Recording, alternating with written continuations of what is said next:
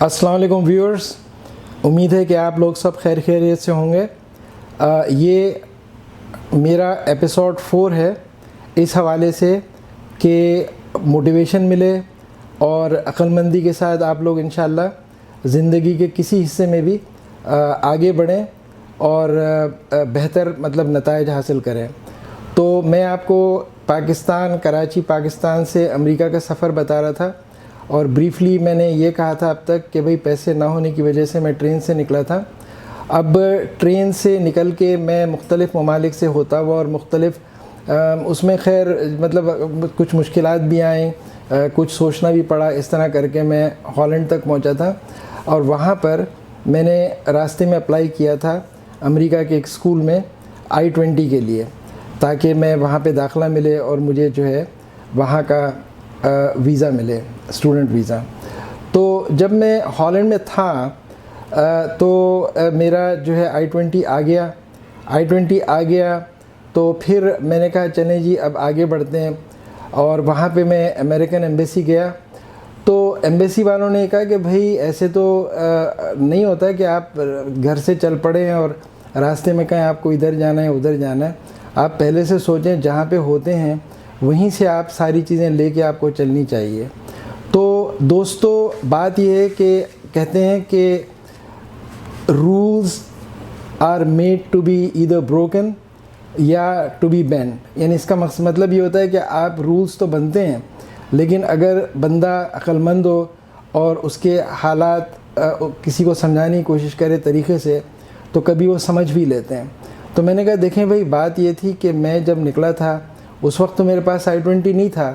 میں کیسے اپلائی کرتا، اور وہاں پہ میں بیٹھتا تو مجھے نہیں پتا تھا کہ کب آئے گا اور کتنے دن لگیں گے۔ تو انہوں نے کہا اچھا، پھر میں نے کہا بھئی پھر تو یہی کہ آپ مجھے I-20 دیں تاکہ میں آگے بڑھوں۔ تو انہوں نے کہا ٹھیک ہے جی، اب آپ یہ کریں گے کہ آپ کو اس پہ ہم کنسیڈر کرتے ہیں، لیکن آپ کو انگریزی کا ٹیسٹ دینا ہوگا، جسے کہ ٹوفل میرا خیال ہے کہتے ہیں TOEFL اس طرح۔ تو میں نے کہا دیکھیں بات اچھا، میں انگریزی کا ٹیسٹ تو دے سکتا تھا،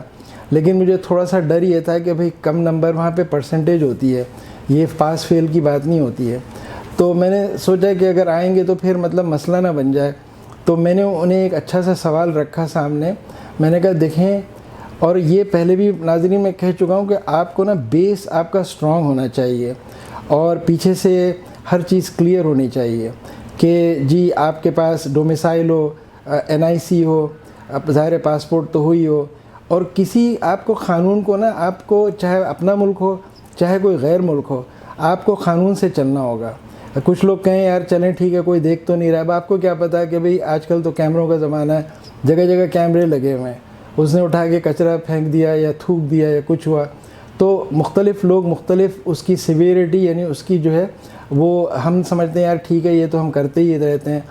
اس طرح تو وہ اس کو بہت زیادہ برا بھی مان سکتے ہیں۔ اور ایسی بھی چیزیں ہو چکی ہیں کہ کسی کے چوئنگ گم تھوکنے پہ سنگاپور میں اچھے خاصے کوڑے لگ گئے اس کو، تو اس طرح کی چیزیں ہوتی ہیں۔ تو بہرحال آپ کو قانون کے دائرے میں رہ کر کے کوئی چیز کرنی ہے، عقل مندی سے کرنی ہے اور دور اندیشی سے کرنی ہے۔ تو میں نے کہا بھئی دیکھیں میں تو وہاں پہ اپنا آپ ہی کے ایمبیسی میں، کراچی میں امریکن ایمبیسی میں نے وہاں پہ پاکستان امریکن کلچرل سینٹر جسے PACC کہتے ہیں، وہاں پہ میں نے آپ ہی کا کورس لیا انگریزی کا، اور میں نے ڈپلومہ لیا۔ تو انہوں نے کہا بھئی ٹھیک ہے آپ لا کے ڈپلومہ دکھائیں۔ میں نے انہیں دکھایا تو انہوں نے کہا ٹھیک ہے، میں سوچنا پڑے گا، کبھی کوئی ایسی چیز ہمارے سامنے نہیں آئی کہ کسی کا ٹیسٹ نہ لیا ہو اور ہم نے اس کو I-20 یہ اس کو ویزا دے دیا ہو۔ تو میں نے کہا بھئی F1 ویزا کہلاتا ہے وہ۔ تو میں نے کہا ٹھیک ہے آپ سوچیں، لیکن آپ اس بات کو ذہن میں رکھیں کہ یہ آپ ہی کی بات ہے، آپ ہی کا کورس ہے، اگر آپ اس کو نہیں مانتے تو شاید آپ یہ کہہ رہے ہیں کہ آپ کا کورس اتنا جو ہے مضبوط یا سٹرونگ نہیں ہے۔ تو وہ آ کر یہاں پہ کچھ ذرا سا سوچ میں پڑ گئے کہ بھئی بات تو یار یہ صحیح کہہ رہا ہے، اگر اس کا مطلب یہ یا تو ہم اپنا کورس سٹرونگ کریں اور یا تو پھر ہم اس کو بغیر ٹیسٹ کے یہ کہ ہم اس کو F1 ویزا دے دیں۔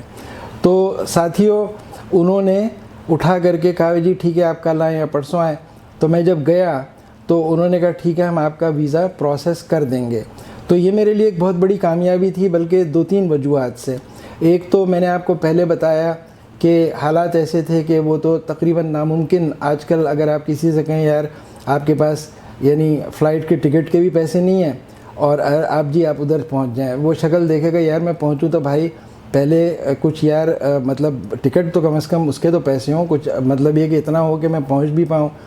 تو ایک تو یہ کامیابی, اور دوسرا یہ کہ وہاں پہ جو میں نے I-20 کے لیے اپلائی کیا تھا وہ مل گیا دوسری, اور تیسرا یہ کہ انہوں نے اس بات پہ مان لیا کہ ٹھیک ہے آپ جو ہیں ہم آپ کو وہیں سے مطلب ہالینڈ سے ہم آپ کو F1 ویزا دے دیتے ہیں. تو اچھا پھر یہ چوتھی اور آخری اس وقت تک کی کامیابی یہ تھی کہ میں نے بغیر ٹیسٹ بغیر ٹوفل کے وہاں پر میں نے یہ مطلب F1 ویزا لینے میں کامیاب ہو گیا, F1 ویزا مل گیا.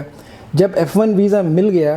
تو اس وقت کے حوالے سے مجھے تو خوشی کی انتہا نہیں رہی, اور پھر کچھ لوگوں نے کہا کہ جی آپ جو ہیں ایسے کیوں نہیں کرتے, ہالینڈ میں ہی رک جائیں. تو میں نے کہا کہ جی نہیں, مجھے تو اب تو یہ بھی ہو چکا ہے, مجھے تو بلکہ جلد سے جلد جانا ہے. اچھا اب سوال یہ پیدا ہوتا تھا کہ وہاں پر آگے اٹلانٹک اوشن ہے, وہاں پہ نہ ٹرین نہیں جا سکتی, اور میں نے اس کے بارے میں کافی یعنی تحقیق کی, معلومات کی, ریسرچ کی, تو پتہ یہ چلا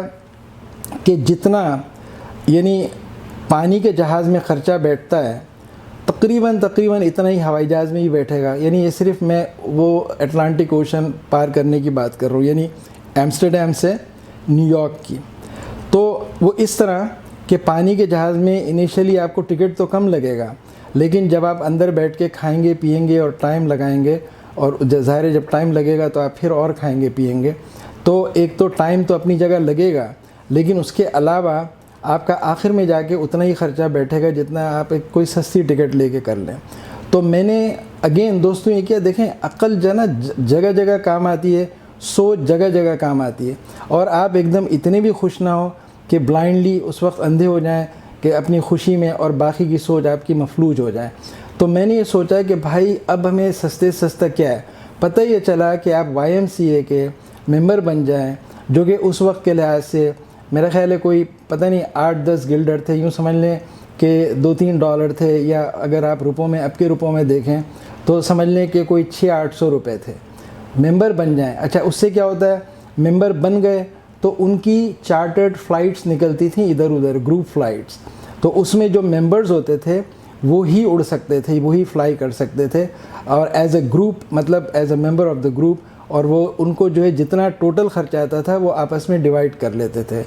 تو دوستو میرا اس وقت مجھے کچھ اس طرح یاد پڑتا ہے کہ $101 لگا, یعنی اٹلانٹک اوشن کراس کرنے میں ہوائی جہاز میں. تو میں بس ایک دن فلائٹ لی میں نے جلد سے جلد, اور پھر میں اڑ پڑا. پہلی مرتبہ زندگی میں جو جہاز میں ہوائی جہاز میں بیٹھا ہوں ایئر کرافٹ میں, وہ اس وقت تھا. اب میں اڑا تو ظاہر ہے کافی خوشی ہوئی مجھے کہ کتنی میں نے پیچھے مڑ کر کے میں نے ذہنی طور پہ دیکھا کہ بھئی اتنا میں نے ماشاءاللہ اب تک یعنی کامیابی حاصل کی ہے. لیکن ابھی تو شروعات کہتے ہیں نا, ابھی تو میری شروعات ہی ایک طرح سے ہوئی تھی, اور آگے دیکھی ہوتا ہے کیا والی بات ہے. پھر اس کے بعد جناب وہ اپنا نیو یارک پہنچا. تو دوستو میں آپ کو ابھی اس ایپیسوڈ کے ساتھ اتنا ہی کہتا ہوں کہ یہاں پہ ایپیسوڈ ختم کرتے ہیں. آپ لوگ اپنا خیال رکھیں, لائک کریں, اور پلیز میرے چینل کو سبسکرائب کریں تاکہ میں انکریج ہوں اور آپ کی طرف میں دوبارہ آؤں اور آگے باقی کے قصے سناؤں اپنے مختلف ایپیسوڈز میں. تھینک یو سو مچ. اللہ حافظ.